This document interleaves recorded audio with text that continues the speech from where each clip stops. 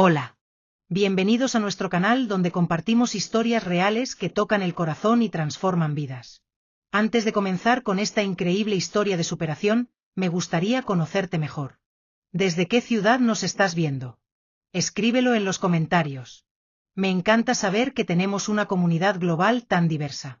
Y si esta es tu primera vez aquí, no olvides suscribirte al canal y activar la campanita de notificaciones para no perderte ninguna de nuestras historias inspiradoras. Cada semana compartimos relatos que demuestran que nuestros momentos más difíciles pueden convertirse en nuestras mayores fortalezas. Ahora sí, comencemos con esta historia que te va a emocionar. El gimnasio del Instituto San Martín nunca me había parecido tan grande como aquel martes por la tarde. Las gradas estaban completamente llenas, un mar de rostros expectantes que esperaban presenciar el torneo de debate más importante del año escolar. Mi corazón latía con la fuerza de un tambor de guerra mientras ajustaba mi corbata por 10ª vez en los últimos 5 minutos. Todo había comenzado 3 meses atrás, cuando la profesora Martínez me había seleccionado para representar a nuestra escuela en la competencia regional de oratoria. Durante semanas había preparado mi discurso sobre el impacto de las redes sociales en la juventud actual, un tema que dominaba a la perfección. Había investigado estadísticas, memorizado citas de expertos reconocidos, y practicado frente al espejo hasta que cada gesto, cada pausa, cada inflexión de voz quedara grabada en mi memoria como una sinfonía perfectamente orquestada. Mi hermana menor, Carmen, había sido mi público de ensayo más paciente, escuchándome repetir las mismas palabras una y otra vez hasta que las conocía de memoria mejor que yo. Mis padres, por primera vez en años, habían cancelado todos sus compromisos laborales para estar presentes. Papá había cerrado la ferretería temprano, algo que solo hacía en ocasiones extraordinarias, y mamá había pedido el día libre en el hospital donde trabajaba como enfermera. Los veía en la tercera fila, con sus mejores ropas dominicales, sus rostros iluminados por una mezcla de orgullo y nerviosismo que reflejaba exactamente lo que yo sentía. Habían invitado incluso a los abuelos, quienes habían viajado desde el pueblo vecino especialmente para verme competir. La competencia había atraído a las mejores escuelas de la región. Estudiantes brillantes de colegios privados prestigiosos, con uniformes impecables y una confianza que parecía nacer de años de privilegios y oportunidades que yo solo podía imaginar. Sin embargo, yo había trabajado el doble de duro que cualquiera de ellos. Venía de una familia humilde, donde cada peso tenía su destino marcado y cada oportunidad debía ser aprovechada al máximo. Esta competencia representaba mucho más que un simple concurso escolar. Era mi oportunidad de demostrar que el talento y la dedicación podían competir con cualquier ventaja económica. La directora de ceremonias, una mujer elegante de cabello platinado y sonrisa profesional, se acercó al micrófono para dar inicio al evento. Su voz resonó por todo el gimnasio con la claridad de alguien acostumbrada a dirigirse a grandes audiencias. Damas y caballeros, bienvenidos al 25º torneo regional de debate y oratoria. Hoy tendremos el honor de escuchar a los mejores estudiantes de nuestra región defendiendo sus ideas sobre temas de relevancia social. Sus palabras fueron recibidas con un aplauso educado que reverberó entre las paredes del gimnasio.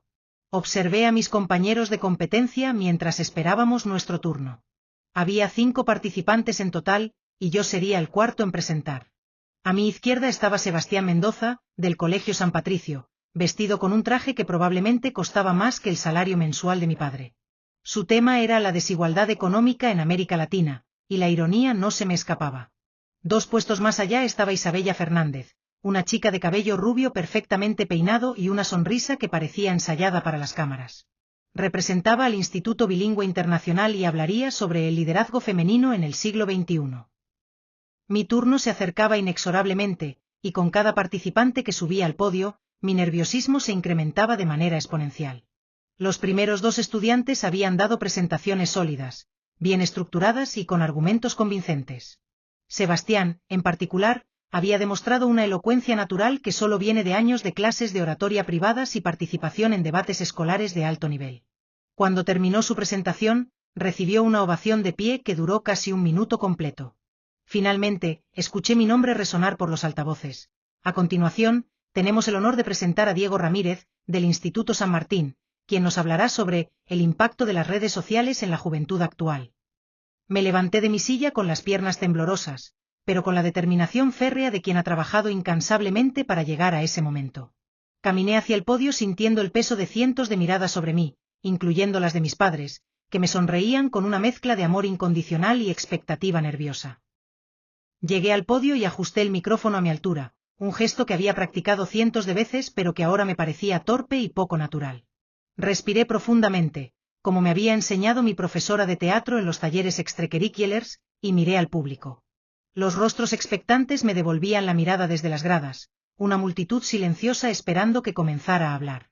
Pude distinguir claramente a mis padres, que me hacían gestos discretos de aliento con las manos. Honorables jueces, distinguidos invitados, compañeros estudiantes, comencé con voz clara y firme, vivimos en una era donde la tecnología ha transformado radicalmente la forma en que nos comunicamos, nos relacionamos y percibimos el mundo. Las primeras palabras salieron con la fluidez que había practicado tantas veces en mi cuarto, frente al espejo que había sido mi confidente durante meses de preparación. Sentí una oleada de confianza recorriendo mi cuerpo. Todo estaba saliendo exactamente como había planeado. Continué desarrollando mi introducción, estableciendo el contexto histórico de las redes sociales y su evolución desde los primeros días de Internet hasta las plataformas actuales que dominan la vida de millones de jóvenes alrededor del mundo. Mencioné estadísticas específicas. Según un estudio del Centro de Investigación Pew, el 95% de los adolescentes tiene acceso a un smartphone, y el 85% de ellos utiliza al menos una plataforma de redes sociales diariamente. Los números fluían de mi memoria con precisión matemática, cada dato respaldado por fuentes confiables que había memorizado meticulosamente. Mi primer punto principal trataba sobre los beneficios de las redes sociales: conectividad global, acceso democratizado a la información, plataformas para la creatividad juvenil y oportunidades educativas sin precedentes. Describí cómo jóvenes de países en desarrollo podían acceder a cursos universitarios en línea, cómo artistas emergentes podían mostrar su trabajo a audiencias globales, y cómo las redes sociales habían facilitado movimientos sociales importantes liderados por la juventud. El público parecía estar siguiendo mi argumentación con interés genuino, y algunos jueces tomaban notas activamente. Todo marchaba perfectamente según el plan que había elaborado con tanto cuidado. Había llegado al punto medio de mi presentación, donde planeaba hacer la transición hacia los aspectos más problemáticos de las redes sociales. Este era el momento crucial donde mi discurso tomaría un giro más crítico y analítico. Sin embargo, continué con la confianza que me daban meses de preparación. Como toda herramienta poderosa, las redes sociales también presentan desafíos significativos para el desarrollo psicológico y social de los jóvenes. Hice una pausa dramática, tal como había ensayado, permitiendo que la gravedad de mis palabras calara en la audiencia. Era en este momento cuando planeaba introducir mi análisis sobre la adicción digital, el ciberbullying, la comparación social constante y los efectos en la salud mental juvenil. Tenía preparadas estadísticas alarmantes sobre el aumento en tasas de ansiedad y depresión entre adolescentes, correlacionadas con el uso excesivo de plataformas digitales. Mi investigación incluía estudios longitudinales, testimonios de psicólogos especializados en adolescencia, y ejemplos concretos de cómo algoritmos diseñados para maximizar el tiempo de pantalla podían crear patrones adictivos en cerebros jóvenes aún en desarrollo. Pero justo cuando me disponía a continuar con el siguiente segmento de mi discurso, algo extraordinario sucedió. Mi mente, que hasta ese momento había funcionado como una máquina perfectamente calibrada, de repente se quedó completamente en blanco. No fue un simple olvido momentáneo o una pequeña laguna mental. Fue como si alguien hubiera apagado un interruptor en mi cerebro, dejándome en una oscuridad mental absoluta. Las palabras que había memorizado tan cuidadosamente, que había repetido cientos de veces, simplemente se esfumaron como humo en el viento. Me quedé parado frente al micrófono, con la boca ligeramente abierta, sintiendo como los segundos se estiraban hacia una eternidad incómoda. El silencio en el gimnasio se volvió palpable, pesado como una manta húmeda. Pude ver cómo las expresiones del público comenzaban a cambiar gradualmente de expectativa a confusión, y luego a una mezcla de lástima e incomodidad. Los jueces levantaron la vista de sus notas, intercambiando miradas de preocupación. Mis padres, en la tercera fila, me miraban con una angustia creciente que se reflejaba dolorosamente en sus rostros. El pánico comenzó a apoderarse de mí como una marea creciente e implacable. Mi corazón latía tan fuerte que estaba seguro de que el micrófono captaría cada pulsación. Mis manos comenzaron a temblar visiblemente, y una capa de sudor frío se extendió por mi frente a pesar del aire acondicionado del gimnasio. Intenté desesperadamente rescatar algún fragmento de mi discurso memorizado, cualquier palabra o frase que pudiera servirme como ancla para continuar, pero mi mente seguía siendo un vacío absoluto y aterrador. Disculpen, logré murmurar hacia el micrófono, mi voz sonando pequeña y quebradiza en contraste con la confianza que había demostrado momentos antes. Necesito un momento para reorganizar mis ideas. Las palabras sonaron patéticas incluso para mis propios oídos. Vi cómo algunos estudiantes de las escuelas competidoras intercambiaban miradas de superioridad apenas disimulada, y pude escuchar susurros apenas audibles que se extendían por las gradas como ondas en un estanque. Traté de recurrir a una técnica que había aprendido en mis clases de manejo de nervios: respiración profunda y visualización positiva. Cerré los ojos por un segundo, intentando reconstruir mentalmente la estructura de mi discurso, pero cada vez que creía haber encontrado un hilo conductor, este se desvanecía inmediatamente. Era como intentar agarrar agua con las manos. Mientras más desesperadamente trataba de retener la información, más rápidamente se me escapaba entre los dedos. Finalmente, en un intento desesperado por salvar la situación, decidí improvisar. Comencé a hablar sobre las redes sociales desde una perspectiva completamente diferente, sin la estructura cuidadosamente planeada que había memorizado. Mis palabras salían atropelladas, sin la fluidez natural que había caracterizado el inicio de mi presentación.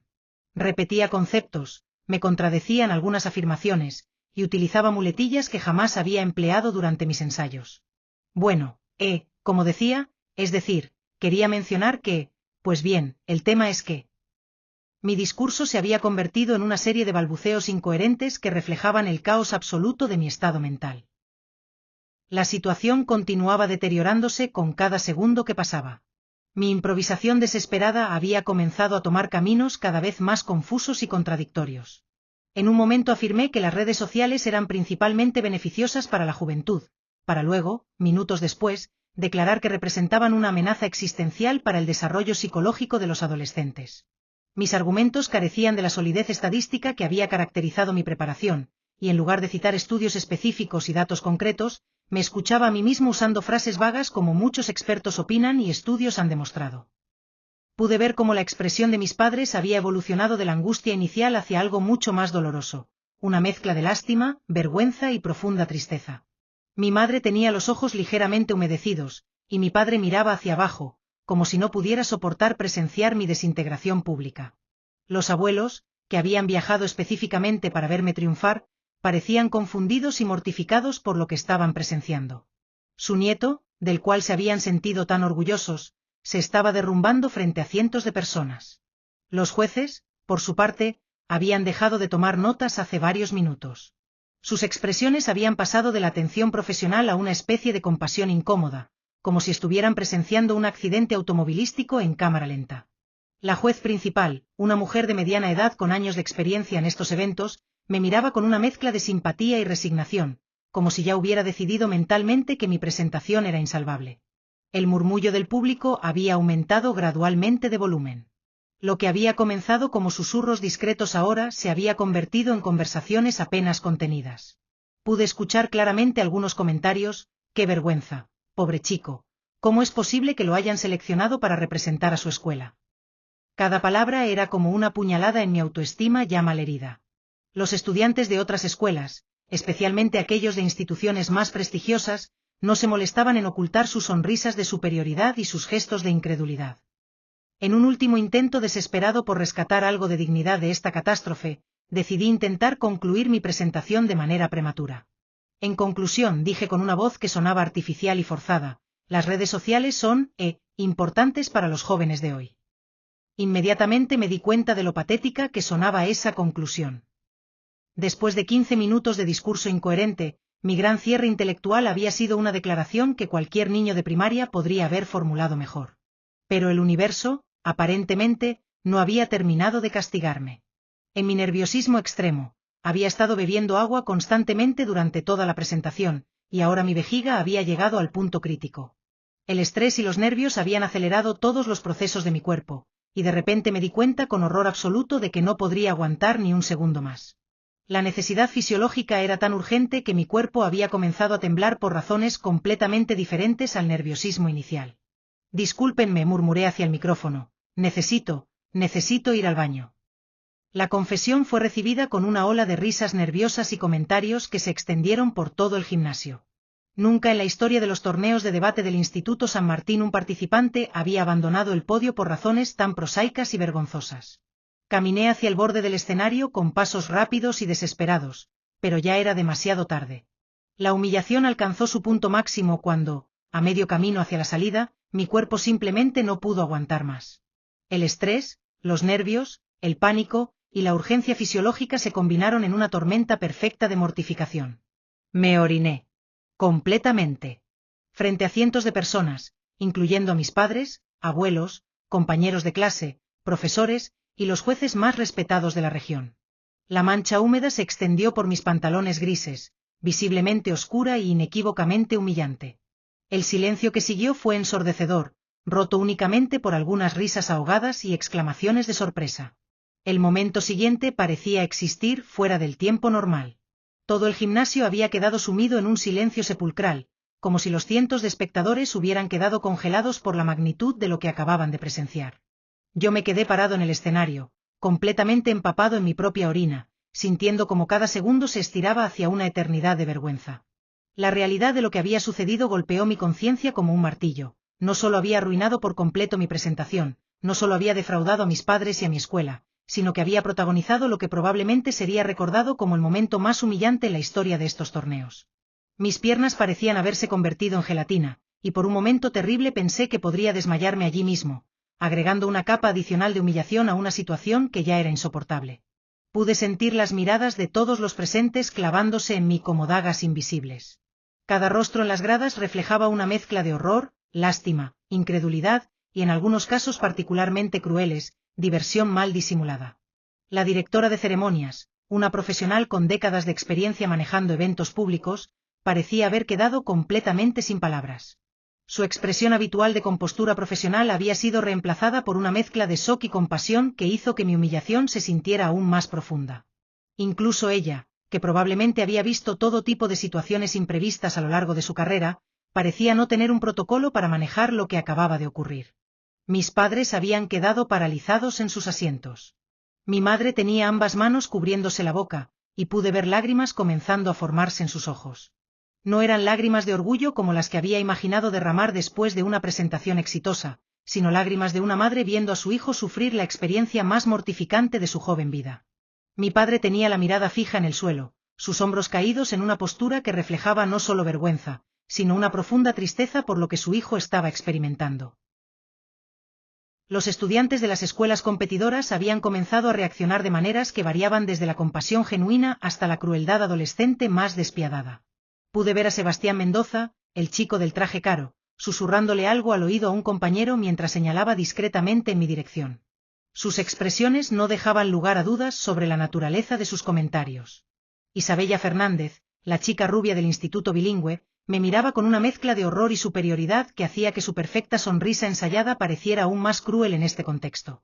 Los profesores y jueces intercambiaban miradas de preocupación profesional mezclada con una evidente incomodidad personal. Nunca habían tenido que lidiar con una situación como esta, y su incertidumbre sobre cómo proceder solo añadía más tensión a un ambiente ya cargado de mortificación. La juez principal finalmente logró recuperar su compostura profesional y se acercó discretamente al micrófono. Ladies and gentlemen, comenzó con voz calmada pero claramente afectada. Creo que sería apropiado hacer un breve receso mientras resolvemos la situación técnica. Su eufemismo diplomático no engañó a nadie sobre la realidad de lo que acababa de ocurrir, pero al menos ofreció una oportunidad para que yo pudiera salir del escenario sin prolongar más la agonía pública. Caminé hacia la salida con pasos mecánicos, sintiendo como la orina fría se adhería a mis piernas y como mi ropa mojada producía un sonido apenas perceptible pero mortificantemente audible con cada paso. El camino desde el podio hasta la puerta de salida, que en circunstancias normales habría tomado tal vez 30 segundos, se sintió como una marcha fúnebre que duraba una eternidad. Cada paso era una nueva oleada de humillación, cada mirada que interceptaba era un recordatorio fresco de mi fracaso monumental. Una vez fuera del gimnasio, me dirigí al baño más cercano con pasos apresurados, llevando conmigo no solo la vergüenza de lo que había ocurrido, sino también la terrible certeza de que mi vida había cambiado irrevocablemente en los últimos 20 minutos. Me encerré en uno de los cubículos y finalmente pude permitirme el lujo de procesar emocionalmente lo que había sucedido. Las lágrimas que había estado conteniendo por puro instinto de supervivencia finalmente comenzaron a fluir sin control. No eran solo lágrimas de vergüenza, aunque ciertamente eso era una parte importante. Eran lágrimas de frustración por meses de preparación desperdiciados, lágrimas de tristeza por haber defraudado a las personas que más amaba, lágrimas de rabia conmigo mismo por haber permitido que los nervios destruyeran todo mi trabajo duro. Pero sobre todo, eran lágrimas de duelo por la pérdida de una versión de mí mismo que había muerto en ese escenario. El Diego confiado y preparado que había subido al podio ya no existía. Había sido reemplazado por este ser humillado y roto que se escondía en un baño escolar. Mientras intentaba limpiarme con papel higiénico y procesar la magnitud de mi fracaso, comencé a escuchar voces familiares acercándose al baño. Era mi padre, hablando en voz baja con alguien que no pude identificar inmediatamente. Es solo un niño, lo escuché decir con una voz cargada de dolor paternal. Ha trabajado tan duro para llegar hasta aquí. No sé qué pudo haber pasado. Su tono no contenía ni una pizca de reproche hacia mí, solo una preocupación genuina y un amor incondicional que, paradójicamente, hacía que mi vergüenza se sintiera aún más profunda. Cuando finalmente salí del cubículo, me encontré cara a cara con mi padre, quien me esperaba con una expresión de compasión infinita. Sin decir una palabra, me abrazó con la fuerza de alguien que entiende que las palabras son insuficientes para ciertos momentos de la vida. En ese abrazo, sentí todo el amor y apoyo que había caracterizado mi crianza, pero también la terrible certeza de que este momento nos marcaría a ambos para siempre. El viaje de regreso a casa fue una experiencia surrealista marcada por un silencio pesado y cargado de significado. Mis padres habían decidido sacarme del torneo inmediatamente después del incidente, una decisión que, aunque completamente comprensible, agregó otra capa de fracaso a una situación ya insoportable. No habría oportunidad de redimirme, no habría una segunda oportunidad para demostrar mi verdadero potencial. Mi participación en el torneo regional había terminado de la manera más humillante posible. Durante los 45 minutos de trayecto, traté de procesar mentalmente lo que significaría regresar a la escuela el lunes siguiente. ¿Cómo podría mirar a mis compañeros de clase a los ojos? ¿Qué dirían los profesores que habían depositado su confianza en mí? ¿Cómo podría la profesora Martínez, quien me había seleccionado personalmente para esta competencia, enfrentar a sus colegas después de lo que había ocurrido? Cada pregunta abría nuevas dimensiones de ansiedad y vergüenza que parecían expandirse infinitamente en mi mente torturada. Mi madre, sentada en el asiento delantero, ocasionalmente se giraba para mirarme con ojos llenos de preocupación maternal. Podía ver que estaba luchando internamente entre su instinto de protegerme con palabras de consuelo y su respeto por mi necesidad de procesar la experiencia en silencio. Finalmente, cuando estábamos a pocos minutos de llegar a casa, rompió el silencio con una voz suave pero firme. Diego, hijo, lo que pasó hoy no te define. Eres mucho más que este momento. Sus palabras, aunque bien intencionadas, se sintieron huecas en ese momento. Yo sabía que ella estaba tratando de ayudar, pero la realidad era que este momento sí me definiría, al menos durante mucho tiempo. Sería el chico que se orinó en el torneo de debate, una etiqueta que me seguiría no solo por el resto de mi vida escolar, sino probablemente mucho más allá. Las redes sociales y la naturaleza viral de los momentos humillantes en la era digital garantizaban que esta experiencia no se desvanecería simplemente con el tiempo. Los días siguientes fueron una mezcla de aislamiento autoimpuesto y enfrentamiento inevitable con las consecuencias sociales de mi humillación pública. El lunes por la mañana, cuando finalmente tuve que regresar a la escuela, descubrí que las noticias de lo ocurrido se habían extendido mucho más rápido y más lejos de lo que había imaginado. Varios estudiantes habían grabado vídeos con sus teléfonos durante el torneo, y aunque la administración escolar había intentado controlar la difusión de estas grabaciones, el Internet tiene su propia lógica implacable. Mi historia se había convertido en una especie de leyenda urbana escolar, contada y recontada con variaciones que a menudo exageraban los detalles más humillantes. En algunas versiones, yo había llorado en el escenario, en otras, había intentado salir corriendo y había tropezado. La verdad objetiva de lo que había ocurrido se había perdido en una maraña de rumores y especulaciones que solo servían para profundizar mi mortificación. Sin embargo, algo inesperado comenzó a emerger de esta experiencia traumática. Algunos de mis compañeros de clase, especialmente aquellos que también luchaban con ansiedad e inseguridades, comenzaron a acercarse a mí de maneras que no había experimentado antes. Reconocían en mi fracaso público sus propios miedos más profundos, y en lugar de alejarlos, esto parecía crear una especie de solidaridad basada en la vulnerabilidad compartida. La profesora Martínez me pidió que me quedara después de clase unos días después de mi regreso. Esperaba un sermón sobre responsabilidad y oportunidades desperdiciadas, pero en lugar de eso, compartió conmigo su propia historia de un fracaso profesional temprano que había definido su carrera de maneras que solo pudo apreciar años después.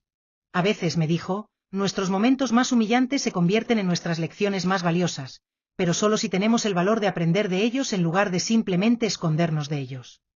Con el tiempo, lentamente y dolorosamente, comencé a entender que aunque este momento había sido genuinamente traumático y definitorio, también había sido profundamente humanizante. Había aprendido sobre la fragilidad de la confianza, la naturaleza impredecible de la ansiedad y la importancia del apoyo incondicional de la familia. Más importante aún, había descubierto que era posible sobrevivir a la humillación más completa y aún así encontrar maneras de reconstruir la dignidad personal, aunque ésta fuera diferente y más madura que la que había poseído antes. Las primeras semanas después del incidente fueron las más difíciles de toda mi vida adolescente. Cada mañana representaba una batalla épica entre mi deseo de permanecer escondido bajo las cobijas para siempre y la necesidad práctica de continuar con mi educación. Mi madre había desarrollado una rutina maternal especial para estos días oscuros. Me preparaba mi desayuno favorito, me dejaba pequeñas notas de aliento en la mochila, y siempre me recordaba que me amaba exactamente como era, sin condiciones ni expectativas de perfección. Los pasillos de la escuela se habían convertido en campos minados emocionales donde cada conversación que se detenía a mi paso, cada risa que parecía dirigida hacia mí, cada mirada furtiva se sentía como una confirmación de mi nueva identidad como el estudiante que había protagonizado la humillación más épica en la historia reciente del instituto. Mis profesores, la mayoría de ellos genuinamente preocupados por mi bienestar, habían adoptado una actitud de sobreprotección que, aunque bien intencionada, solo servía para recordarme constantemente mi nuevo estatus de fragilidad emocional. Durante los recreos, había desarrollado estrategias elaboradas para evitar las áreas más concurridas de la escuela. Conocía cada rincón tranquilo, cada biblioteca secundaria, cada aula vacía donde podía refugiarme de las miradas curiosas y los comentarios susurrados. La biblioteca principal se había convertido en mi santuario, un lugar donde podía perderme entre los libros y pretender, al menos temporalmente, que existía en un mundo diferente donde mi fracaso público no era el tema dominante de conversación.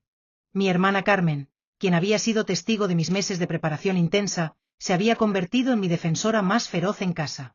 Cuando nuestros padres discutían en voz baja sobre si deberían buscar ayuda psicológica profesional para mí, ella argumentaba que lo que yo necesitaba era tiempo y espacio para sanar, no etiquetas adicionales que pudieran hacer que me sintiera aún más diferente o problemático. La terapia familiar que finalmente comenzamos un mes después del torneo se convirtió en un espacio revelador donde pude entender mejor las dinámicas que habían contribuido a mi colapso. La doctora Herrera, una psicóloga especializada en ansiedad adolescente, me ayudó a reconocer que mi perfectismo extremo no había surgido de la nada, sino que había sido alimentado gradualmente por años de presión académica bien intencionada pero asfixiante. Durante una de las sesiones más emotivas, mi padre confesó que había proyectado sus propias aspiraciones frustradas en mis logros académicos. Él nunca había tenido la oportunidad de completar la educación secundaria debido a las circunstancias económicas de su juventud, y había visto en mis éxitos escolares una oportunidad de experimentar vicariamente el orgullo intelectual que siempre había anhelado. Esta revelación fue simultáneamente liberadora y dolorosa. Liberadora porque explicaba mucho sobre la presión que había sentido, pero dolorosa porque reveló cuánto dolor no procesado existía en nuestra familia. Mi madre, por su parte, reconoció que su propia ansiedad sobre nuestro futuro económico la había llevado a enfatizar constantemente la importancia del éxito académico como el único camino hacia la estabilidad financiera. Sus comentarios aparentemente inocentes sobre aprovechar todas las oportunidades y demostrar que somos tan buenos como cualquiera habían creado en mí una presión interna para representar no solo mis propias aspiraciones, sino las esperanzas de toda mi familia. Estos descubrimientos no excusaban mi fracaso público, pero proporcionaron un contexto que hizo que mi colapso fuera más comprensible, y de alguna manera, menos devastador. No había sido simplemente una falla personal de carácter, sino el resultado de múltiples presiones sistémicas que habían convergido en un momento de vulnerabilidad extrema. El proceso de reconstrucción de mi autoestima fue lento e irregular, marcado por pequeños avances seguidos de retrocesos desalentadores. Había días en los que me sentía casi normal, capaz de participar en conversaciones casuales con compañeros de clase sin que el peso de mi humillación dominara cada interacción. Pero luego, algo aparentemente insignificante, una broma sobre nerviosismo, una mención casual de presentaciones públicas, incluso el sonido de aplausos en el pasillo, podía transportarme instantáneamente de vuelta a ese momento terrible en el escenario. La doctora Herrera me enseñó técnicas de exposición gradual para manejar mi ansiedad social renovada. Comenzamos con ejercicios simples: hablar en voz alta frente a un espejo, luego presentar ideas a mi familia durante la cena, después participar voluntariamente en discusiones de clase. Cada pequeño éxito se sentía monumental, pero también precario, como si en cualquier momento pudiera colapsar nuevamente en la humillación y el pánico. Mi relación con las redes sociales se había vuelto completamente tóxica. Aunque los vídeos directos de mi fracaso habían sido eliminados en su mayoría gracias a los esfuerzos de la administración escolar, las referencias indirectas, los memes crueles, y las discusiones sobre fracasos épicos de estudiantes seguían apareciendo periódicamente. Había desarrollado una compulsión enfermiza de buscar menciones de mi nombre en línea, una actividad que invariablemente terminaba en espirales de ansiedad y autoflagelación emocional. Decidí, con el apoyo de mis padres y mi terapeuta, tomarme un descanso completo de todas las plataformas digitales. Esta desintoxicación digital se sintió inicialmente como un aislamiento adicional, pero gradualmente comenzó a proporcionarme un espacio mental más limpio donde podía procesar mis experiencias sin la contaminación constante de opiniones externas y comparaciones sociales dañinas. 6 meses después del torneo, algo inesperado comenzó a suceder.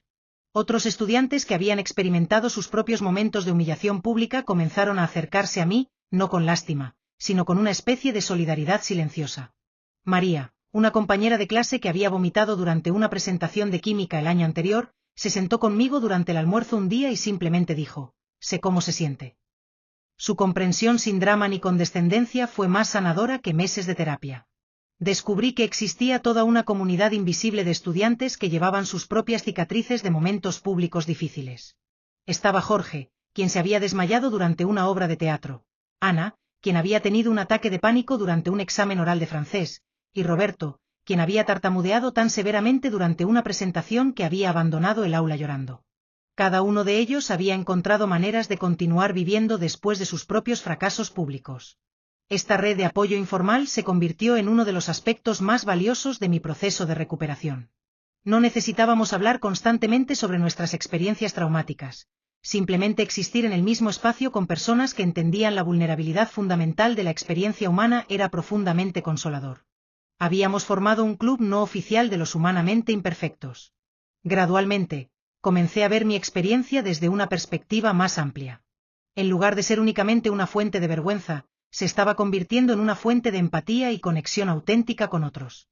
Mi capacidad de entender el sufrimiento ajeno se había expandido exponencialmente, y encontré que podía ofrecer apoyo genuino a otros estudiantes que enfrentaban sus propias crisis de confianza. Un año completo después del torneo de debate, la profesora Martínez me pidió que considerara participar en un programa de mentoría para estudiantes con ansiedad de presentación. La ironía no se me escapaba. Quien había experimentado el fracaso más público se estaba convirtiendo en un recurso para otros que enfrentaban miedos similares. Mi primera reacción fue de pánico absoluto. La idea de posicionarme como alguien con experiencia en el manejo de la ansiedad de presentación parecía absurdamente hipócrita. Pero después de varias conversaciones con la doctora Herrera, comencé a entender que precisamente mi experiencia de fracaso total me daba una credibilidad única. No era un experto que nunca había fallado. Era alguien que había experimentado el peor escenario posible y había sobrevivido para contarlo. Mi historia no era una de éxito inmaculado, sino una de resistencia humana y recuperación gradual. El primer estudiante que mentoré fue un chico de primer año llamado Luis, cuya ansiedad sobre las presentaciones orales había comenzado a afectar seriamente sus calificaciones. Durante nuestra primera conversación, le conté mi historia completa, sin omitir ningún detalle humillante. Su reacción inicial fue de shock, pero luego algo cambió en su expresión. «Si tú pudiste superarlo», me dijo, «tal vez yo también pueda manejar mis propios miedos». Trabajar con Luis y otros estudiantes ansiosos se convirtió en una parte fundamental de mi propia sanación. Cada vez que ayudaba a alguien a prepararse para una presentación, cada vez que ofrecía estrategias de manejo de nervios, cada vez que simplemente escuchaba los miedos de otro estudiante, estaba también procesando y recontextualizando mi propia experiencia traumática. Mi fracaso se estaba transformando en una herramienta de servicio a otros. El segundo aniversario del torneo llegó con una mezcla de ansiedad anticipatoria y reflexión madura. Para entonces, había desarrollado una perspectiva más compleja sobre lo que había ocurrido. Sí, había sido humillante y traumático, pero también había sido profundamente formativo en maneras que solo ahora podía apreciar completamente. Mi relación con el fracaso, la vulnerabilidad y la perfectibilidad humana había evolucionado de maneras que me habían hecho más compasivo, más auténtico y paradójicamente más fuerte. Había desarrollado una filosofía personal sobre la dignidad que no dependía de la perfección constante, sino de la capacidad de continuar creciendo después de los errores. Esta perspectiva me había permitido tomar riesgos académicos y sociales que nunca habría considerado antes de mi experiencia traumática. Ya no tenía miedo del fracaso en la misma manera paralizante, porque sabía por experiencia directa que era posible sobrevivir incluso a los fracasos más completos y humillantes.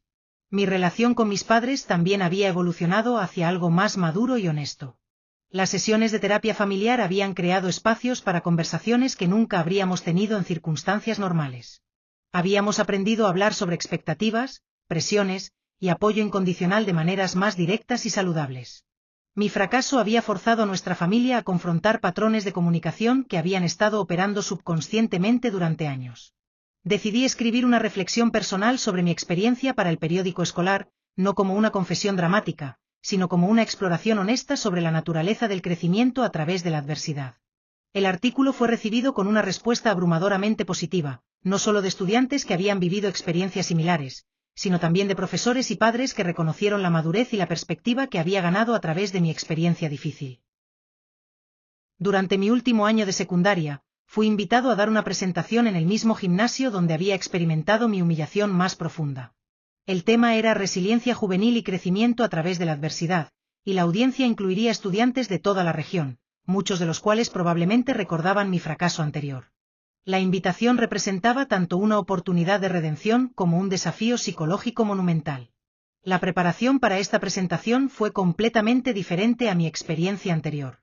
En lugar de memorizar un discurso palabra por palabra, desarrollé un esquema flexible que me permitiría improvisar y adaptar mi mensaje según la respuesta de la audiencia. Había aprendido que la autenticidad era más poderosa que la perfección técnica, y que la conexión genuina con el público era más valiosa que la ejecución impecable de un texto preescrito. La noche antes de la presentación, mis padres y yo tuvimos una conversación que contrastaba dramáticamente con la ansiedad que había precedido al torneo de debate 3 años antes. Esta vez, el enfoque no estaba en el éxito o el fracaso, sino en la oportunidad de compartir algo valioso con otros jóvenes que podrían beneficiarse de mi experiencia. La presión había sido reemplazada por un sentido de propósito y servicio. Cuando llegó el momento de subir al escenario, sentí nerviosismo, pero era un nerviosismo diferente. Energizante en lugar de paralizante, emocionante en lugar de aterrador. Comencé mi presentación contando exactamente lo que había ocurrido en ese mismo escenario 3 años antes, incluyendo todos los detalles humillantes que había pasado tanto tiempo tratando de olvidar. Pero esta vez, los conté desde una perspectiva de sabiduría ganada y crecimiento personal, transformando mi experiencia más vergonzosa en una herramienta de inspiración y conexión humana. La respuesta a mi presentación final superó todas mis expectativas. Recibí una ovación de pie que duró varios minutos, pero más importante que el aplauso fue la calidad de las conversaciones que siguieron. Docenas de estudiantes se acercaron para compartir sus propias historias de fracaso, ansiedad y eventual crecimiento. Había creado un espacio donde la vulnerabilidad era vista como fortaleza y donde la imperfección era reconocida como una parte normal y valiosa de la experiencia humana. Mis padres, quienes habían sido testigos tanto de mi colapso más completo como de mi eventual renacimiento, lloraron lágrimas de orgullo genuino. Pero este orgullo era diferente al que habían sentido años antes por mis logros académicos superficiales. Era un orgullo más profundo, basado no en perfección o éxito externo, sino en el carácter, la resistencia y la capacidad de transformar el sufrimiento personal en servicio a otros. La profesora Martínez, quien había sido tanto testigo de mi fracaso inicial como facilitadora de mi eventual recuperación, me comentó después que mi presentación había sido la más poderosa que había escuchado en décadas de trabajo educativo. No porque fuera técnicamente perfecta, sino porque había sido profundamente auténtica y transformativa tanto para mí como para la audiencia. Al reflexionar sobre todo el viaje desde mi humillación más profunda hasta este momento de redención y propósito, me di cuenta de que nunca habría desarrollado la sabiduría, la empatía y la fortaleza interior que ahora poseía sin haber pasado por esa experiencia traumática inicial. Mi fracaso más completo se había convertido, paradójicamente, en el fundamento de mis logros más significativos y mi identidad más auténtica. La humillación que una vez pensé que me definiría para siempre se había transformado en la experiencia que me había liberado para convertirme en quien estaba destinado a ser. Los meses que siguieron a mi presentación de redención trajeron una serie de oportunidades inesperadas que jamás habría imaginado durante mis días más oscuros. Varias escuelas de la región comenzaron a invitarme para hablar con sus estudiantes sobre temas relacionados con la ansiedad, la resiliencia y la transformación del fracaso en crecimiento personal. Cada invitación representaba tanto una oportunidad de servicio como un desafío personal continuo, pero había aprendido a manejar estos desafíos de manera muy diferente a como lo había hecho años atrás. Mi enfoque hacia las presentaciones había evolucionado hacia algo que podría describir como vulnerabilidad estratégica. En lugar de esconder mis inseguridades detrás de una fachada de perfección, había aprendido a usar mi autenticidad como mi mayor fortaleza. Comenzaba cada presentación reconociendo abiertamente mi nerviosismo, compartiendo mi historia de fracaso completo, y estableciendo desde el inicio que la perfección no era el objetivo, sino la conexión humana genuina. La respuesta de los estudiantes a este enfoque era consistentemente poderosa. Muchos me comentaban después de las presentaciones que nunca habían escuchado a un adulto joven admitir tan honestamente sus imperfecciones y fracasos. En una cultura escolar que a menudo enfatizaba la competencia y el éxito externo por encima de todo, mi mensaje sobre la dignidad inherente en la vulnerabilidad humana parecía ofrecer un alivio profundo y necesario. Mi familia había observado esta transformación con una mezcla de asombro y orgullo que era cualitativamente diferente a sus reacciones anteriores hacia mis logros académicos. Veían que había desarrollado una fortaleza interior auténtica que no dependía de la validación externa o del éxito constante. Mi hermana Carmen, quien había sido testigo de todo mi proceso de crecimiento, a menudo comentaba que parecía haber encontrado una paz interior que nunca había poseído antes de mi experiencia traumática.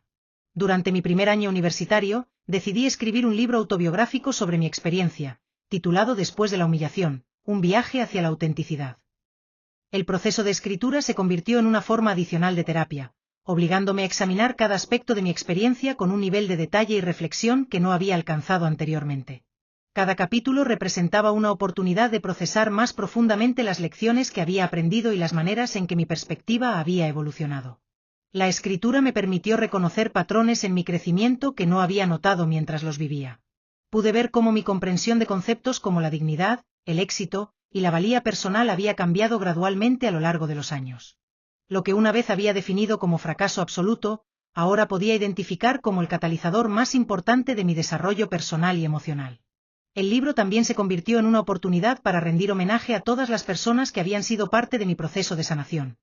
Mis padres, que habían demostrado un amor incondicional incluso en mis momentos más difíciles. La doctora Herrera, cuya paciencia y sabiduría profesional habían sido fundamentales para mi recuperación. La profesora Martínez, que había visto potencial en mí incluso después de mi fracaso más completo, y todos los compañeros estudiantes que habían compartido sus propias historias de vulnerabilidad y crecimiento. Cuando el libro fue finalmente publicado por una editorial pequeña especializada en narrativas de crecimiento personal, recibí cartas de lectores de todo el país que habían encontrado resonancia en mi historia. Muchos compartían sus propias experiencias de humillación pública y fracaso, y como mi narrativa les había ayudado a recontextualizar sus propias experiencias difíciles como oportunidades potenciales de crecimiento en lugar de simplemente como fuentes de vergüenza permanente.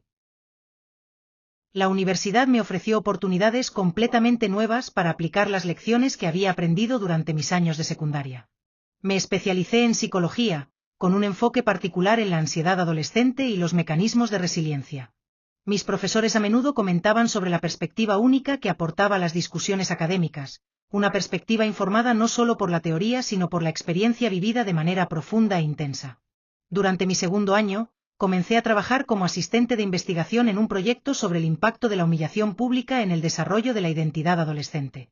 Mi propia experiencia me daba una comprensión intuitiva de los datos que estábamos analizando, y pude contribuir insights que otros investigadores, por más capacitados que fueran académicamente, no habrían podido ofrecer sin haber vivido esa experiencia directamente.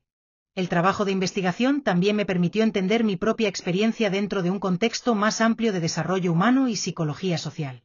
Aprendí sobre los mecanismos neurológicos de la memoria traumática, los patrones de procesamiento emocional después de eventos vergonzosos, y las estrategias más efectivas para la recuperación de la autoestima después de fracasos públicos.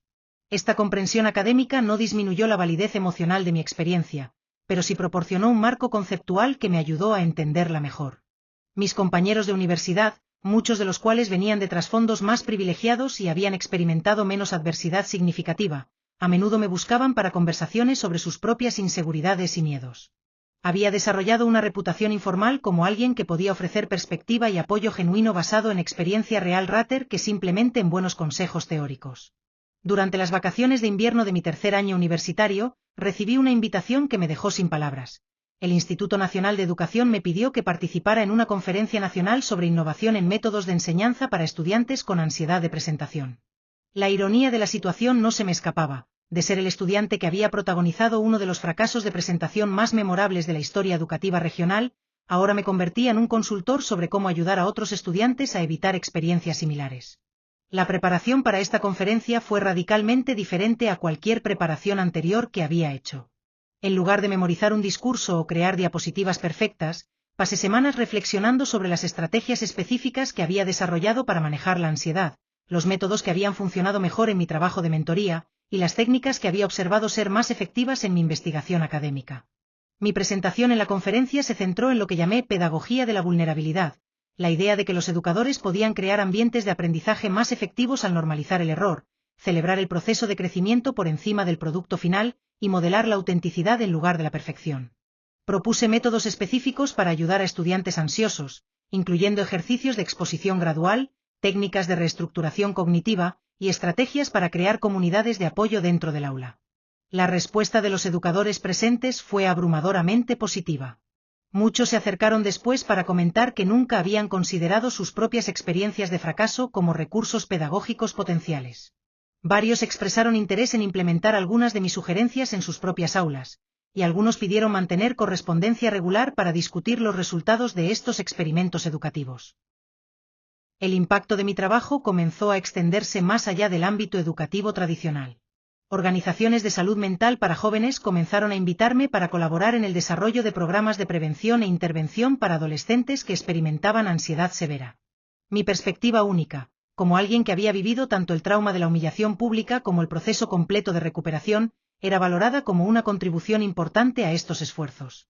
Trabajé con un equipo de psicólogos clínicos para desarrollar un protocolo de tratamiento específicamente diseñado para jóvenes que habían experimentado fracasos públicos traumáticos.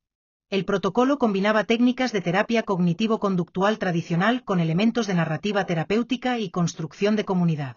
La idea central era ayudar a los jóvenes a reescribir la historia de su fracaso como parte de una narrativa más amplia de crecimiento y desarrollo personal. Uno de los aspectos más gratificantes de este trabajo era la oportunidad de entrenar a otros jóvenes como mentores pares. Muchos de los participantes en nuestros programas eventualmente se convertían en recursos de apoyo para nuevos participantes, creando una red de apoyo sostenible que se extendía mucho más allá de cualquier intervención profesional individual. Estábamos creando comunidades de resiliencia basadas en experiencias compartidas de vulnerabilidad y crecimiento. Mi propia familia continuaba siendo una fuente de apoyo y perspectiva durante estos años de expansión profesional. Mis padres, que una vez habían visto mi fracaso público como una catástrofe, ahora lo reconocían como el evento que había catalizado mi desarrollo hacia una carrera de servicio significativo.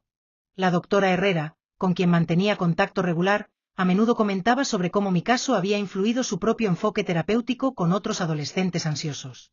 Durante mi último año de universidad, decidí realizar mi tesis de grado sobre un tema que había estado percolando en mi mente durante años: la transformación del trauma en propósito, un estudio longitudinal de la recuperación después de la humillación pública adolescente.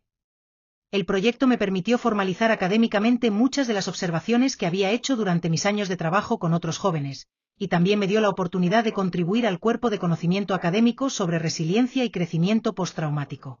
Mi metodología de investigación incluía entrevistas en profundidad con jóvenes que habían experimentado diversos tipos de fracasos públicos, análisis de patrones de recuperación a lo largo del tiempo, y evaluación de los factores que contribuían a resultados más positivos versus aquellos que perpetuaban el sufrimiento a largo plazo. Los hallazgos confirmaron muchas de mis intuiciones basadas en experiencia personal, pero también revelaron algunos patrones sorprendentes que no había anticipado. Uno de los descubrimientos más significativos fue que los jóvenes que eventualmente transformaban sus experiencias traumáticas en fuentes de propósito y servicio compartían ciertas características específicas. Tenían sistemas de apoyo familiar que enfatizaban el amor incondicional por encima del logro externo. Habían tenido acceso a modelos adultos de vulnerabilidad auténtica, y habían encontrado maneras de reconectar con sus valores fundamentales después del trauma inicial. La defensa de mi tesis fue un evento profundamente emotivo. El panel de profesores incluía no solo académicos que habían seguido mi trabajo durante años, sino también algunos de los participantes en mis programas de mentoría que habían venido para apoyarme. La presentación se sintió menos como un examen académico y más como una celebración de un viaje colectivo hacia la comprensión y la sanación. Después de graduarme, recibí ofertas para continuar mis estudios de posgrado en varias universidades prestigiosas, pero decidí tomar un camino diferente. En lugar de seguir inmediatamente la ruta académica tradicional, opté por pasar un año trabajando directamente con organizaciones juveniles y escuelas para implementar los programas que había ayudado a desarrollar durante mis años universitarios. Quería asegurarme de que mi trabajo tuviera un impacto práctico inmediato en las vidas de jóvenes reales, no solo en la literatura académica. Durante este año de trabajo de campo, viajé por todo el país visitando escuelas que habían implementado enfoques de pedagogía de la vulnerabilidad. Los resultados eran consistentemente alentadores. Los estudiantes reportaban niveles más bajos de ansiedad de presentación, mayor disposición a tomar riesgos académicos, y un sentido más fuerte de comunidad y apoyo mutuo en sus aulas. Los profesores comentaban sobre cambios notables en la cultura escolar, con menos competencia tóxica y más colaboración auténtica. Uno de los momentos más significativos del año ocurrió cuando regresé a mi antigua escuela secundaria para implementar un programa piloto. Caminar por los pasillos donde una vez había experimentado tanta vergüenza y aislamiento, ahora como un profesional confiado trabajando para prevenir que otros estudiantes experimentaran el mismo tipo de sufrimiento, se sintió como completar un círculo de sanación que había comenzado años atrás en el escenario de ese mismo gimnasio. La profesora Martínez, quien ahora se acercaba a la jubilación, me comentó que mi regreso representaba uno de los momentos más orgullosos de su carrera educativa. Ver a un estudiante transformar su experiencia más difícil en una herramienta de servicio a otros validaba todo lo que ella había creído sobre el potencial de crecimiento que existía incluso en los momentos más oscuros de la experiencia humana. El año de trabajo de campo también me dio la oportunidad de reconectar con algunos de los estudiantes de otras escuelas que habían sido testigos de mi fracaso original en el torneo de debate. Sebastián Mendoza, el joven del traje caro que había ganado el torneo ese día, ahora trabajaba como abogado en una firma prestigiosa, pero había desarrollado su propia batalla con ansiedad y perfeccionismo que había afectado significativamente su calidad de vida. Cuando nos encontramos en una conferencia profesional, me confesó que a menudo pensaba en mi fracaso público y se preguntaba si él tendría la fortaleza para sobrevivir a algo similar. Isabella Fernández, la estudiante rubia que había hablado sobre liderazgo femenino, se había convertido en una ejecutiva exitosa, pero había experimentado varios episodios de burnout severo debido a su incapacidad de aceptar cualquier cosa menos que la perfección en su desempeño profesional. Nuestra conversación sobre vulnerabilidad y autenticidad pareció ofrecerle una perspectiva completamente nueva sobre el éxito y la realización personal. Estas conversaciones me ayudaron a entender que mi experiencia de fracaso público, aunque traumática en el momento, me había dado acceso a insights sobre la condición humana que muchas personas exitosas externamente nunca desarrollaban. Mi colapso completo me había forzado a confrontar la realidad de la imperfección humana de una manera que había resultado ser profundamente liberadora a largo plazo. También me di cuenta de que muchas de las personas que habían parecido tan confiadas y exitosas durante nuestros años de escuela secundaria estaban luchando con sus propias versiones de ansiedad e inseguridad, pero en formas menos visibles públicamente. Mi fracaso había sido dramático y público, lo que lo había hecho más humillante en el momento, pero también más fácil de procesar y eventualmente superar. Cuando finalmente decidí regresar a la escuela de posgrado, elegí un programa interdisciplinario que me permitiría combinar psicología, educación y políticas públicas. Mi objetivo era desarrollar intervenciones sistemáticas que pudieran implementarse a nivel institucional para crear ambientes educativos más saludables para todos los estudiantes, especialmente aquellos que experimentaban ansiedad y perfeccionismo extremo. Mi investigación doctoral se centró en lo que llamé arquitectura emocional, la idea de que las instituciones educativas podían ser diseñadas física, social y pedagógicamente para apoyar el bienestar emocional de los estudiantes además de su desarrollo académico. El concepto incluía todo desde el diseño físico de las aulas hasta las políticas de evaluación y los métodos de enseñanza utilizados por los profesores. Uno de los experimentos más ambiciosos de mi investigación involucró la creación de zonas de vulnerabilidad segura en varias escuelas piloto. Estas eran espacios físicos y temporales específicamente designados donde estudiantes podían practicar presentaciones, discutir errores sin consecuencias académicas y recibir apoyo emocional de pares y adultos entrenados. Los resultados iniciales sugerían que estos espacios reducían significativamente la ansiedad general de los estudiantes y mejoraban su disposición a participar en actividades académicas desafiantes. Mi trabajo también exploró el papel de los educadores como modeladores de vulnerabilidad auténtica. Entrené a profesores para compartir apropiadamente sus propias historias de fracaso y crecimiento, y para crear oportunidades regulares para que los estudiantes procesaran sus propias experiencias de error y aprendizaje. Estos enfoques demostraron ser particularmente efectivos para reducir la cultura de perfeccionismo tóxico que caracterizaba muchas escuelas de alto rendimiento. Los años de doctorado culminaron en la defensa de una disertación que representaba no solo el punto máximo de mi desarrollo académico, sino también la síntesis más completa de todo lo que había aprendido desde mi fracaso inicial en el escenario de mi escuela secundaria. La investigación había demostrado empíricamente lo que había intuido basado en experiencia personal, que las comunidades educativas podían transformarse fundamentalmente cuando abrazaban la vulnerabilidad como una fortaleza y el fracaso como una oportunidad de crecimiento. La defensa de la disertación tuvo lugar en un auditorio lleno no solo de académicos, sino también de educadores, estudiantes y familias que habían sido impactados por mi trabajo a lo largo de los años. Mis padres, ahora con cabello gris pero con ojos brillantes de orgullo genuino, ocupaban asientos en la primera fila junto a la doctora Herrera y la profesora Martínez, ahora jubilada pero aún profundamente interesada en el trabajo que su antigua estudiante había desarrollado. Cuando terminé mi presentación y el panel de profesores me otorgó mi título doctoral con felicitaciones excepcionales, el aplauso que recibí se sintió cualitativamente diferente a cualquier reconocimiento anterior. No era solo celebración de un logro académico, sino reconocimiento de una transformación humana completa que había tomado más de una década en desarrollarse completamente. En mi discurso de agradecimiento, regresé mentalmente a ese momento terrible en el gimnasio de mi escuela secundaria cuando había pensado que mi vida efectivamente había terminado. El contraste entre ese joven humillado y aterrorizado y la persona que ahora estaba parada frente a una audiencia ofreciendo esperanza y estrategias prácticas a otros que enfrentaban desafíos similares, representaba una transformación que nunca habría podido imaginar en mis momentos más oscuros. Mi fracaso más completo había sido, literal y figurativamente, la fundación de mi éxito más significativo. Con mi doctorado completado, establecí mi propia consultoría especializada en bienestar emocional educativo, trabajando con sistemas escolares completos para implementar reformas integrales que priorizaran la salud mental estudiantil junto con el rendimiento académico. La demanda por este tipo de trabajo había crecido exponencialmente en los años recientes, ya que más educadores y administradores reconocían la crisis de ansiedad y perfeccionismo que afectaba a estudiantes de todos los niveles socioeconómicos. Mi enfoque consultivo era único en el campo porque combinaba rigor académico con autenticidad personal. Cuando presentaba propuestas a juntas escolares o equipos administrativos, siempre comenzaba contando mi propia historia de fracaso y transformación. Esta vulnerabilidad inicial creaba un nivel de confianza y comprensión que facilitaba conversaciones más profundas sobre los cambios sistémicos necesarios para crear ambientes educativos verdaderamente saludables. Uno de mis primeros contratos principales fue con un distrito escolar suburban donde las tasas de ansiedad estudiantil habían alcanzado niveles epidémicos. Los padres reportaban que sus hijos experimentaban ataques de pánico regulares relacionados con exámenes, los profesores observaban aumentos dramáticos en comportamientos perfeccionistas disfuncionales, y los consejeros escolares estaban abrumados por la demanda de servicios de salud mental.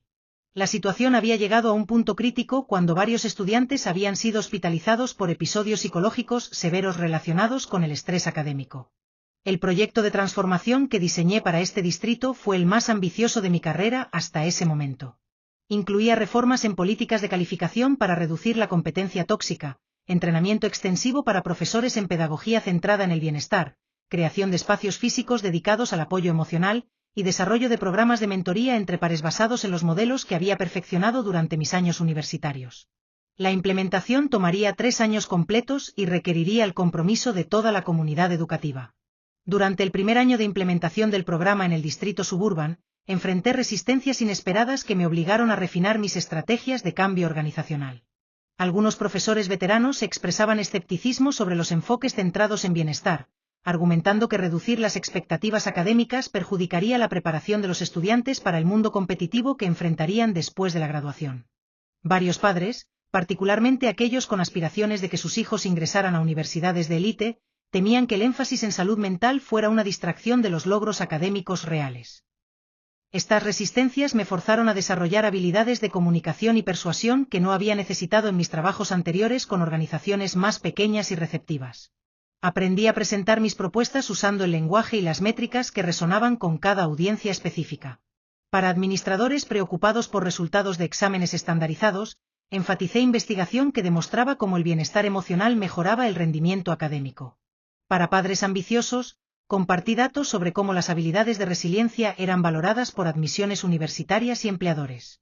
El momento decisivo llegó cuando organicé una presentación especial donde invité a exalumnos del distrito que habían experimentado burnout severo durante sus años universitarios debido a patrones de perfeccionismo desarrollados durante la escuela secundaria.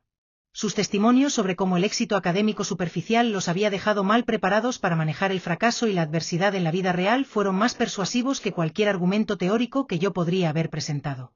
Gradualmente, la cultura del distrito comenzó a cambiar. Los profesores reportaban que los estudiantes parecían más dispuestos a hacer preguntas y admitir confusión, indicando una reducción en el miedo al juicio. Las tasas de episodios de ansiedad severa comenzaron a declinar, y los estudiantes empezaron a desarrollar relaciones más colaborativas entre sí en lugar de ver a sus compañeros únicamente como competencia. El éxito del proyecto piloto en el distrito suburban atrajo atención nacional, y pronto estaba recibiendo invitaciones para replicar el modelo en escuelas de todo el país. Cada nuevo proyecto presentaba desafíos únicos que requerían adaptaciones creativas de mis enfoques básicos. Las escuelas urbanas con recursos limitados necesitaban soluciones diferentes a las de instituciones privadas con presupuestos abundantes. Las comunidades rurales tenían dinámicas sociales diferentes a las de áreas metropolitanas cosmopolitas. Una de las implementaciones más desafiantes y gratificantes fue en un sistema escolar rural donde las expectativas tradicionales sobre fortaleza emocional y autodependencia chocaban inicialmente con conceptos de vulnerabilidad y apoyo emocional. Los estudiantes, muchos de familias de trabajadores agrícolas y obreros industriales, inicialmente percibían las discusiones sobre salud mental como signos de debilidad o como lujos irrelevantes para sus realidades económicas. Trabajé con líderes comunitarios locales para reformular los conceptos de bienestar emocional en términos que resonaran con los valores culturales de la región. En lugar de hablar sobre vulnerabilidad, discutimos honestidad sobre desafíos. En lugar de enfocarnos en autocuidado, hablamos sobre mantenimiento de la fortaleza interior. Estos cambios semánticos fueron cruciales para ganar aceptación comunitaria para los programas. El proyecto rural también me enseñó sobre la importancia de incorporar las fortalezas culturales existentes en cualquier intervención de bienestar. Esta comunidad ya tenía tradiciones sólidas de apoyo mutuo durante crisis, valores familiares fuertes, y una conexión con la naturaleza que promovía la reflexión. Mi trabajo se convirtió en identificar y amplificar estos recursos existentes en lugar de imponer modelos externos que no se alinearan con la cultura local. Durante estos años de expansión profesional, mi vida personal también experimentó transformaciones significativas. Conocí a Elena, una trabajadora social especializada en trauma infantil, en una conferencia sobre resiliencia juvenil. Nuestra conexión inicial se basó en una comprensión compartida de cómo las experiencias difíciles podían transformarse en fuentes de propósito y servicio. Ella había crecido en un hogar con violencia doméstica y había dedicado su carrera a proteger a niños en situaciones similares. Nuestra relación se desarrolló sobre fundaciones de autenticidad mutua que nunca habría podido imaginar en mis años de adolescente perfeccionista. Podíamos discutir nuestras inseguridades, miedos y experiencias traumáticas con una honestidad que creaba intimidad profunda en lugar de distancia. Elena a menudo comentaba que mi capacidad de ser vulnerable sin ser victimista, y de encontrar significado en el sufrimiento sin glorificarlo, había transformado su propia comprensión de lo que era posible en las relaciones humanas. Decidimos casarnos en una ceremonia pequeña e íntima en el mismo jardín donde mis padres habían celebrado su boda 30 años antes. En mis votos, hice referencia a cómo mi experiencia de humillación más profunda había sido paradójicamente necesaria para prepararme para este nivel de amor auténtico. Sin haber aprendido a aceptar mi propia imperfección fundamental, nunca habría podido crear espacio emocional para amar y ser amado sin condiciones ni expectativas de perfección. La ceremonia incluyó muchas de las personas que habían sido parte de mi viaje de transformación. Mis padres, la doctora Herrera, la profesora Martínez, y varios de los estudiantes que había mentorado a lo largo de los años. Elena había insistido en que la celebración fuera también un reconocimiento de la comunidad que había hecho posible nuestro crecimiento individual y nuestra capacidad de crear una relación saludable. 5 años después de nuestro matrimonio, Elena y yo decidimos tener hijos, una decisión que trajo consigo reflexiones profundas sobre cómo criar a una nueva generación con las lecciones que habíamos aprendido de nuestras propias experiencias difíciles. Queríamos ser padres que modelaran autenticidad sin traumatizar, que establecieran expectativas altas sin crear perfeccionismo tóxico, y que proporcionaran seguridad emocional sin sobreproteger. Nuestro hijo, Carlos, nació durante uno de los periodos más ocupados de mi carrera, cuando estaba trabajando simultáneamente en proyectos en 6 estados diferentes. La experiencia de la paternidad me obligó a reconsiderar mis prioridades profesionales y a encontrar maneras más sostenibles de servir a la comunidad educativa sin sacrificar mi propia familia. Decidí reducir mi carga de trabajo consultiva y enfocarme en proyectos que pudieran tener impacto escalable sin requerir mi presencia física constante. Esta transición me llevó a escribir mi segundo libro, Criando Humanos Resilients, una guía para padres y educadores en la era de la ansiedad. El libro combinaba investigación académica sobre desarrollo infantil con insights prácticos derivados de mi trabajo con miles de estudiantes y familias. Incluía estrategias específicas para enseñar a los niños a manejar el fracaso constructivamente, desarrollar autocompasión, y construir relaciones auténticas basadas en vulnerabilidad mutua en lugar de competencia constante.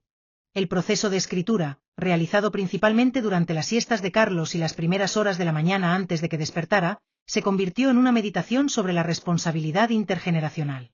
Cada capítulo representaba una oportunidad de asegurarme de que las lecciones que había aprendido de mi propia experiencia traumática no se perdieran, sino que se transmitieran de maneras que pudieran prevenir sufrimiento innecesario en futuras generaciones. Cuando Carlos cumplió 3 años, comenzó a mostrar signos tempranos de ansiedad social que me recordaron dolorosamente a mi propia infancia. Se escondía detrás de nuestras piernas en reuniones sociales, se negaba a participar en actividades grupales en su preescolar, y ocasionalmente tenía pesadillas sobre hacer algo malo frente a otras personas. Elena y yo reconocimos inmediatamente que estábamos enfrentando una oportunidad crucial de interrumpir patrones generacionales de ansiedad que podrían, sin intervención consciente, llevar a nuestro hijo por un camino similar al que yo había experimentado. Aplicamos todas las estrategias que había desarrollado profesionalmente, pero adaptadas para un niño pequeño. Creamos oportunidades regulares para que Carlos experimentara fracasos seguros, situaciones donde podía cometer errores sin consecuencias negativas y recibir apoyo inmediato. Modelamos vulnerabilidad apropiada para su edad compartiendo nuestras propias experiencias de sentirse nervioso o cometer errores. Establecimos tradiciones familiares que celebraban el esfuerzo y el crecimiento por encima de los resultados específicos. El enfoque más poderoso resultó ser lo que llamamos cuentos de valentía, donde cada noche antes de dormir compartíamos historias sobre momentos cuando habíamos sentido miedo pero habíamos actuado con coraje de todos modos. Estas historias no minimizaban la realidad del miedo, pero enfatizaban que la valentía no era la ausencia de miedo, sino la acción constructiva a pesar del miedo. Carlos comenzó a contribuir sus propias historias de pequeños momentos de valentía, desarrollando gradualmente una narrativa personal de resiliencia en lugar de fragilidad. Ver a mi hijo desarrollar confianza auténtica basada en autoaceptación en lugar de perfección externa se sintió como la culminación más significativa de todo mi trabajo profesional y crecimiento personal. Estaba rompiendo un ciclo que probablemente se había perpetuado en mi familia durante generaciones, usando las lecciones más dolorosas de mi propia experiencia para crear un futuro diferente para la siguiente generación. Mi humillación más profunda se había transformado, finalmente, en el regalo más valioso que podía ofrecer a mi hijo, la libertad de ser auténticamente humano sin la carga del perfeccionismo que había definido mi propia juventud.